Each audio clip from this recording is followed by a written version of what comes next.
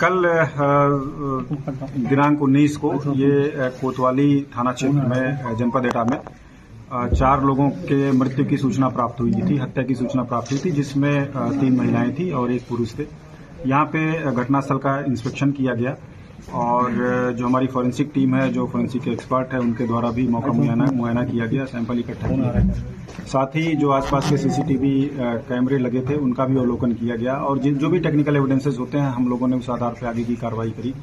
तो इसमें ये निकल के आया कि जो मृतक हैं उनके पुत्र जो एक छोटी सी दुकान चलाते हैं मेडिकल स्टोर की, वो दोपहर में लगभग 12:55 के आसपास अपने घर पे आते हैं कुछ पॉलीथीन में लिए हुए और लगभग 1.25 घंटे के आसपास वहाँ अपने घर में रहते हैं और फिर बाइक से चले जाते हैं। सभी तरफ कैमरे लगे हैं, घर के पीछे भी लगे हैं, घर के आगे भी लगे हैं और उनके जाने के लगभग 20 मिनट बाद उनका छोटा बेटा आता है जो घर के अंदर जाता है तो उसको डेड बॉडी इस तरह से दिखती है और बाहर आकर के वो सूचना देता है जो पड़ोसी के लोग हैं, फिर पुलिस को ये सूचना मिलती है। तो इसमें सारी चीज़ों की एनालिसिस की गई, देखा गया, सीडीआर से लेकर सब कुछ देखा गया, आसपास भी लोगों से गोपनीय तरीके से भी जानकारी इकट्ठा की गई। तो इसमें घटना जब हुई है उस दौरान केवल जो सस्पेक्ट है हमारा, जो कोमल है, उनके लड़के वही मौजूद हैं। सीडीआर के माध्यम से भी उनकी बेटी ने भी ये पुष्टि की कि जब 1 बजे के आसपास फोन किया गया था तो घर से पता चला था कि फादर उपस्थित हैं और उनके जाने के बाद जो हमारे सस्पेक्ट थे, जो अब आरोपी हैं, उनके जाने के बाद और लड़के के आने के बीच में केवल 20 मिनट का अंतर है और 20 मिनट में कोई दूसरा आदमी आकर के कर जाए ये संभव नहीं है, ना ही कोई फुटेज और ना ही कोई एविडेंस ऐसे मिले।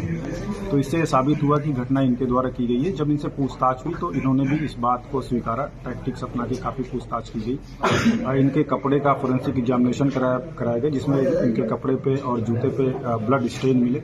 दूसरे जनपद की टीम से भी उसको फोरेंसिकली उसको एग्जामिन किया गया है और इनका मेडिकल कराया गया। तो जो इनका पाम है उसके जो फिंगर टिप्स हैं उस पर भी इंजरीज के निशान हैं। ऐसा प्रतीत हो रहा था कि कोई भारी चीज़ इनके हाथ में रगड़ खाई है। जो मर्डर वेपन था वो ईंट था जो घर के अंदर ही मौजूद था, छत से उठा के ले आए थे। तो ये सारी चीज़ें कनेक्ट करती हैं कि मर्डर इनके द्वारा ही किया गया है। इनकी स्वीकारोक्ति भी है इस मामले में।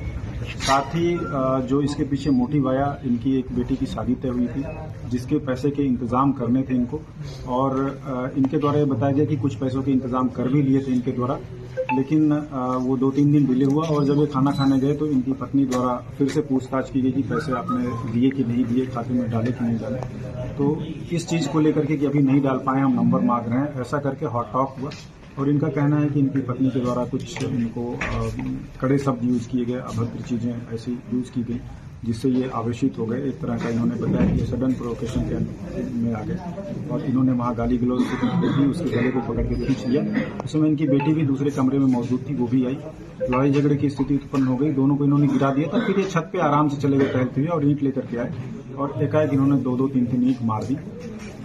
फिर इनकी जो मदर थी वो चिल्लाती हुई आई, शोर करने लगी, तो इन्होंने मदर के सिर पे भी एक बार कर दिया।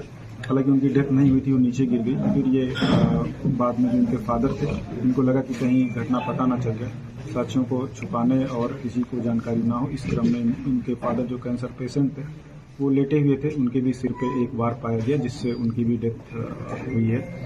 और फिर ये घर से निकल गए। उसके 20 मिनट बाद, जैसा मैंने पहले बताया, इनका बेटा है, उसने इस घटना की सूचना दी। जाने के बाद ये अपने दुकान पे गए, वहाँ से 500 रुपये लिए और फिर टीपी नगर पेट्रोल पंप के पास 300 रुपये का इन्होंने पेट्रोल डलवाया।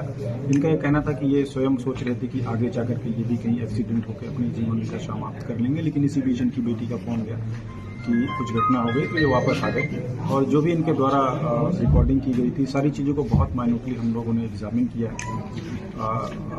इन्होंने जैसा कि स्वीकार भी किया। आगे इसमें इन्वेस्टिगेशन जारी है और इसमें जो है हम एक विशेष टीम का, चूँकि बड़ी विवेचना है और फोरेंसिक एविडेंस भी काफ़ी है, तो इसमें एक स्पेशल इन्वेस्टिगेशन टीम 4 विवेचकों की बनाई गई है जिसमें क्षेत्राधिकारी स्वयं विवेचना करेंगे। उनके अतिरिक्त जो और लोग भी रहेंगे वो भी विवेचना में शामिल रहेंगे, पर्चे काटेंगे। इसकी विस्तृत विवेचना की जाएगी और साथ ही हम लोग कोशिश करेंगे कि जल्दी चार्जशीट फाइल करें ताकि इसमें ट्रायल के बाद सजा दिलाई जा सके। डीआई साहब, इसका आरोपी का कोई पहला आपराधिक इतिहास भी है क्या? नहीं, कोई अभी तक का ऐसा कोई जानकारी में नहीं आया कोई आपराधिक इतिहास। जैसा मैंने बताया, हम इन्वेस्टिगेशन कर भी रहे हैं और भी कुछ तथ्य पता चले हैं इनके बारे में, उसकी भी छानबीन की जाएगी। अगर साक्ष्य की दृष्टि से कोई भी तथ्य महत्वपूर्ण होगा तो हम लोग उसको विवेचना में शामिल करेंगे। Thank you.